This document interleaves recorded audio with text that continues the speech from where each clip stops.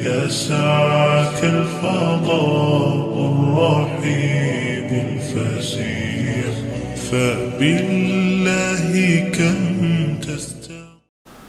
السلام علیکم، میرا نام عبد الرحیم ہے۔ میں مختلف احادیث کی کتابوں سے مختلف ٹاپکس پہ ویڈیوز بنا رہا ہوں۔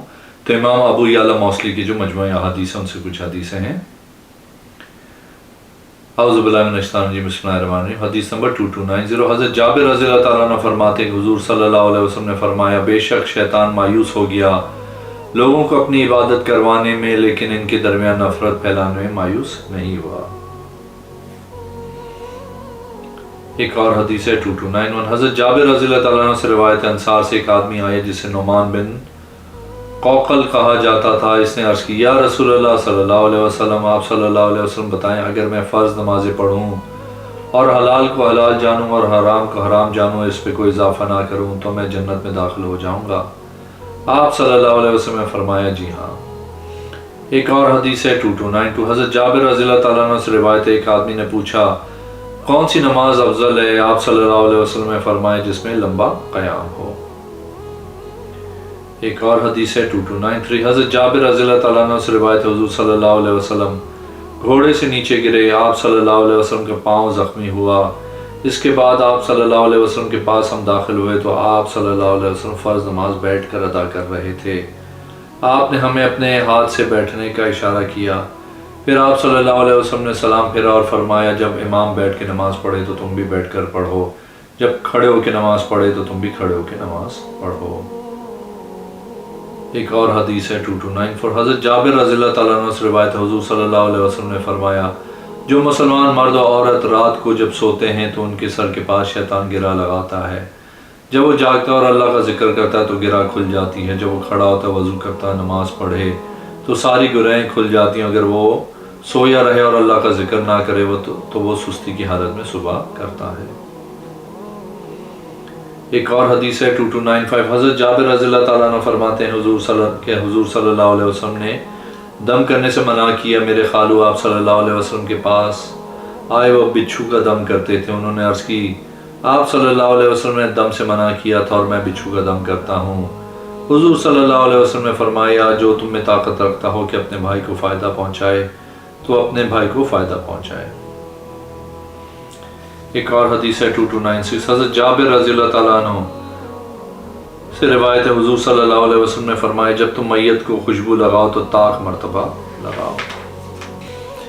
ایک اور حدیث ہے 2297، حضرت جابر رضی اللہ تعالیٰ عنہ سے روایت ہے، ہم نے حضور صلی اللہ علیہ وسلم کی درخت کے نیچے بیعت کی اس بات پہ کہ ہم بھاگیں گے نہیں۔ ایک اور حدیث ہے 2298، حضرت جابر بن عبداللہ رضی اللہ تعالیٰ عنہ فرماتے ہیں کہ ہم حضور صلی اللہ علیہ وسلم کے پاس آئے، آپ صلی اللہ علیہ وسلم نے فرمایا، کیا تم مجھ سے یہ سوال کرنے کے لیے آئے ہو؟ ہم نے عرض کی، جی ہاں۔ فرمایا، میرے نام پہ نام رکھو، میری کنیت پہ کنیت نہ رکھو۔ تم قیامت کا ذکر کرتے ہو؟ ہم نے کہا، جی ہاں۔ آپ صلی اللہ علیہ وسلم نے فرمایا، کوئی سانس لینے والی جان نہیں ہے کہ اس پہ 100 سال گزرے۔ ایک اور حدیث ہے 2299، حضرت جابر بن عبداللہ رضی اللہ تعالیٰ عنہ فرماتے ہیں، حضور صلی اللہ علیہ وسلم سے میں نے سنا، آپ صلی اللہ علیہ وسلم نے فرمایا، اگر انسان کے لیے ایک کھجور کا باغ ہو تو وہ خواہش کرے گا کہ ایک اور ہو، انسان کا پیٹ سے مٹی ہی بھرے گی۔ ایک اور حدیث ہے 2300، حضرت جابر رضی اللہ تعالیٰ عنہ فرماتے ہیں، عبداللہ بن ابی کی لونڈی تھی، اس کو مسیکہ کہا جاتا تھا اس کے لیے کہ وہ اس کو ناپسند کرتی تھی۔ وہ حضور صلی اللہ علیہ وسلم کے پاس آئی، اس کی شکایت کی تو اللہ عز و جل نے حکم نازل کیا، اگر تمہاری لونڈی گناہ سے بچنا چاہتی ہے تو تم انہیں برے کام پر اس لیے مجبور نہ کرو کہ تم دنیا کی زندگی کا مال چاہتے ہو۔ سورہ نور نمبر 33۔ ایک اور حدیث ہے 2301، حضرت جابر رضی اللہ تعالیٰ عنہ فرماتے، حضور صلی اللہ علیہ وسلم نے فرمایا، جو مومن مرد اور مومن عورت، مسلمان مرد اور مسلمان عورت بیمار ہوتے ہیں، اس کے ساتھ اللہ عز و جل غلطیاں معاف کرتا ہے۔ ایک اور حدیث ہے 2302، حضرت جابر رضی اللہ تعالیٰ عنہ فرماتے ہیں کہ حضور اکرم صلی اللہ علیہ وسلم نے فرمایا، لوگوں پہ ایک زمانہ ایسا آئے گا کہ لشکروں میں سے ایک لشکر نکلے گا، ان کو کہا جائے گا، کیا تم میں سے کوئی حضور صلی اللہ علیہ وسلم کا صحابی ہے؟ اس کے وسیلے سے دعا مانگے گا، اس کی مدد کی جائے۔ پھر ان کو کہا جائے گا، کیا تم میں سے کوئی صحابی رسول صلی اللہ علیہ وسلم ہے؟ کہا جائے گا نہیں۔ وہ ہے جس نے صحابی کی صحبت اختیار کی، ان کو کہا جائے گا نہیں، کہا جائے گا وہ ہے جس نے صحابی کے دیکھنے والوں کو دیکھا۔ اگر تم نے سنا ہو سمندر کے پیچھے اس کے متعلق تو تم اس کو ضرور لاؤ گے۔ پھر اس کے بعد ایسے لوگ آئیں گے کہ وہ قرآن پڑھیں گے لیکن وہ قرآن کے اندر ہے ان کو نہیں جانیں گے۔ ایک اور حدیث ہے 2303، حضرت جابر رضی اللہ تعالیٰ عنہ فرماتے ہیں ہم حضور صلی اللہ علیہ وسلم ساتھ ایک سفر میں نکلے، بہت تیز ہوا آئی، قریب تھا کہ ہماری سواری کو ہانک لے جاتی۔ حضور صلی اللہ علیہ وسلم نے فرمایا یہ ہوا بھیجی گئی ہے کسی منافق کی موت کی خبر دینے کے لیے۔ جب مدینہ شریف آئے تو وہ اسی دن مر گیا تھا جس دن ہوا چلی تھی، منافقوں میں سے بڑا۔ ایک اور حدیث ہے 2304، حضرت جابر رضی اللہ تعالیٰ عنہ فرماتے ہیں میں نے حضور صلی اللہ علیہ وسلم سے سنا ہے کہ ہلاکت ہے ان ایڑیوں کے لیے جہنم سے جو خشک رہ جاتی ہیں۔ ایک اور حدیث ہے 2305، حضرت جابر رضی اللہ تعالیٰ عنہ فرماتے ہیں کہ حضور صلی اللہ علیہ وسلم نے فرمایا ایمان حجاز والوں میں ہے اور سختی اور سخت دلی قبیلہ ربیہ اور مدر میں ہے۔ ایک اور حدیث ہے 2306، حضرت جابر رضی اللہ تعالیٰ عنہ فرماتے کہ ہم حضور صلی اللہ علیہ وسلم کے ساتھ ایک سفر میں نکلے، بہت تیز ہوا آئی۔ حضور صلی اللہ علیہ وسلم نے فرمایا یہ ہوا بھیجی گئی ہے کسی منافق کی موت کی خبر دینے کے لیے۔ جب وہ مدینہ شریف آئے تو وہ مر گیا تھا ان منافقین میں سے بڑا۔ ایک اور حدیث ہے 2307، حضرت ابو سعید رضی اللہ تعالیٰ عنہ سے روایت ہے کہ میں حضور صلی اللہ علیہ وسلم کے پاس اس حال میں آئے کہ آپ چٹائی پہ نماز پڑھ رہے تھے اور میں آپ صلی اللہ علیہ وسلم کے پاس آیا، آپ صلی اللہ علیہ وسلم میں کپڑے میں لپٹ کے نماز پڑھ رہے تھے۔ ایک اور حدیث ہے 2308، حضرت جابر رضی اللہ تعالیٰ عنہ سے روایت ہے حضرت عمر رضی اللہ تعالیٰ عنہ نے ایک آدمی کو دیکھا جس نے وضو کیا لیکن اپنے پاؤں پہ ناخن کے برابر جگہ چھوڑ دی تو آپ نے اسے دوبارہ وضو کرنے کا حکم دیا۔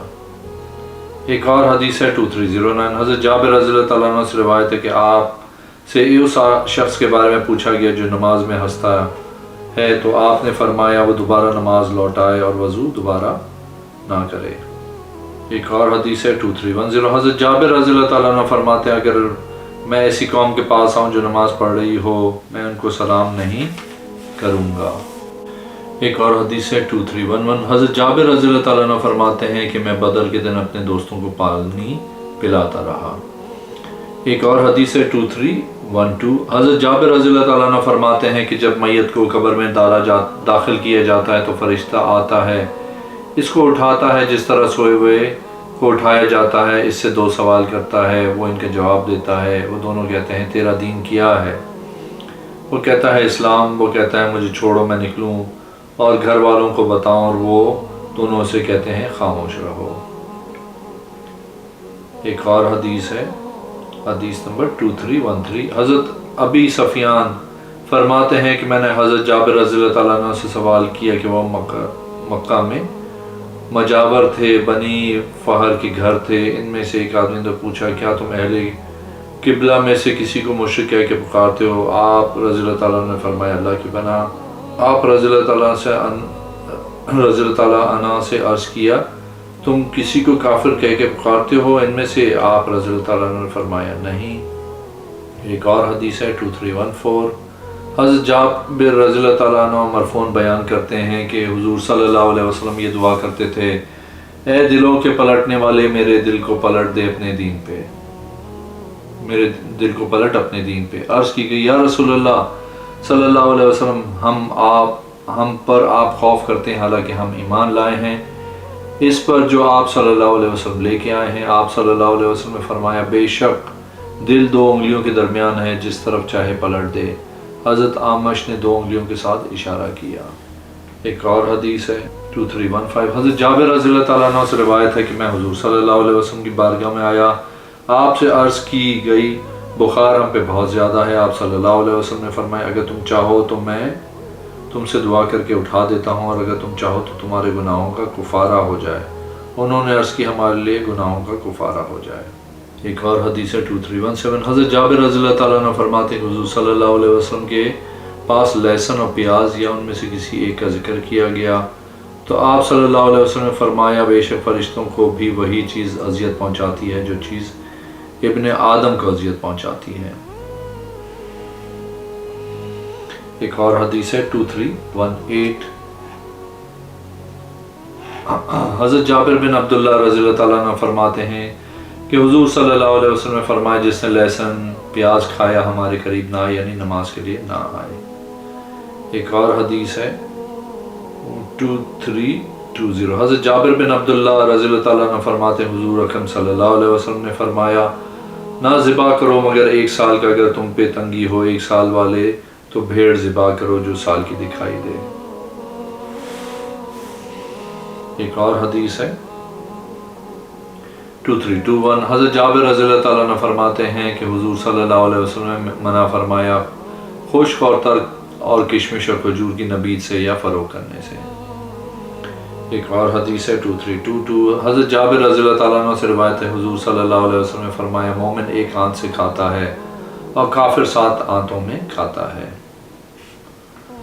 ایک اور حدیث ہے 2323، حضرت جابر رضی اللہ تعالیٰ عنہ سے روایت ہے حضور صلی اللہ علیہ وسلم نے فرمایا جب تم کتوں کے بھونکنے اور گدھوں کے بولنے کی آواز سنو تو اللہ سے شیطان مردود کی پناہ مانگو، کیونکہ وہ دیکھتے ہیں تم نہیں دیکھتے، جب رات ہو جائے تو کم نکلو، بے شک اللہ عز و جل رات کو جو چاہے مخلوق بھیجتا ہے، دروازے بند کر لیا کرو، بے شک شیطان بند دروازے نہیں کھولتا ہے، اپنے مشکیزوں کا منہ بند کر لیا کرو اور برتن ڈھانپ لیا کرو اور چراغ بجھا دیا کرو۔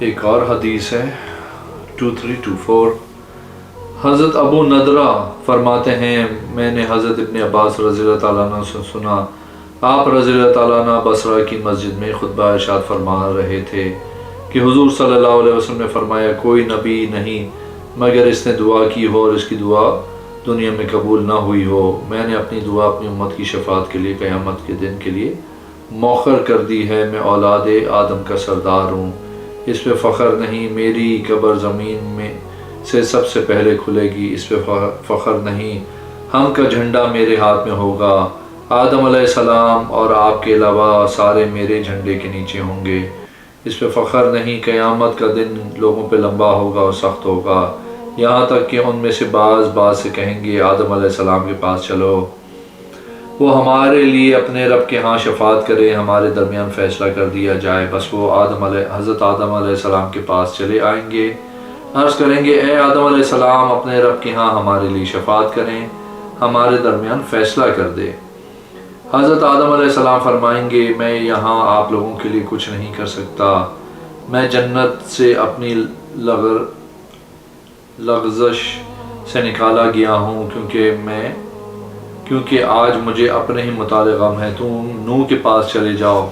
وہ لوگ عرض کریں گے نوح ہمارے لیے اپنے رب کے ہاں شفاعت کریں، ہمارے درمیان فیصلہ فرمائے۔ حضرت نوح علیہ السلام فرمائیں گے میں یہاں تمہارے لیے کچھ نہیں کر سکتا ہوں، کیونکہ میں نے زمین والوں کے لیے غرق ہونے کی دعا کی تھی اور مجھے غم اپنے ہی متعلق ہے، تم حضرت ابراہیم علیہ السلام کے پاس چلے جاؤ، وہ رحمان کے دوست ہیں، وہ ابراہیم علیہ السلام کے پاس آئیں گے، عرض کریں گے اے ابراہیم ہمارے لیے اپنے رب کے پاس شفاعت کرو، وہ ہمارے درمیان فیصلہ کرے۔ حضرت ابراہیم علیہ السلام فرمائیں گے میں یہاں تمہارے لیے کچھ نہیں کر سکتا ہوں، کیونکہ میں نے اسلام میں 3 باتوں میں توریہ کیا تھا، وہ یہ ہے میں بیمار ہوں، 2 یہ کہ بڑے بت نے کیا ہے، تیسرا جس وقت بادشاہ کے پاس سے گزرا تھا اس نے آپ کی بیوی کو پکڑا تھا تو آپ نے فرمایا یہ میری بہن ہے۔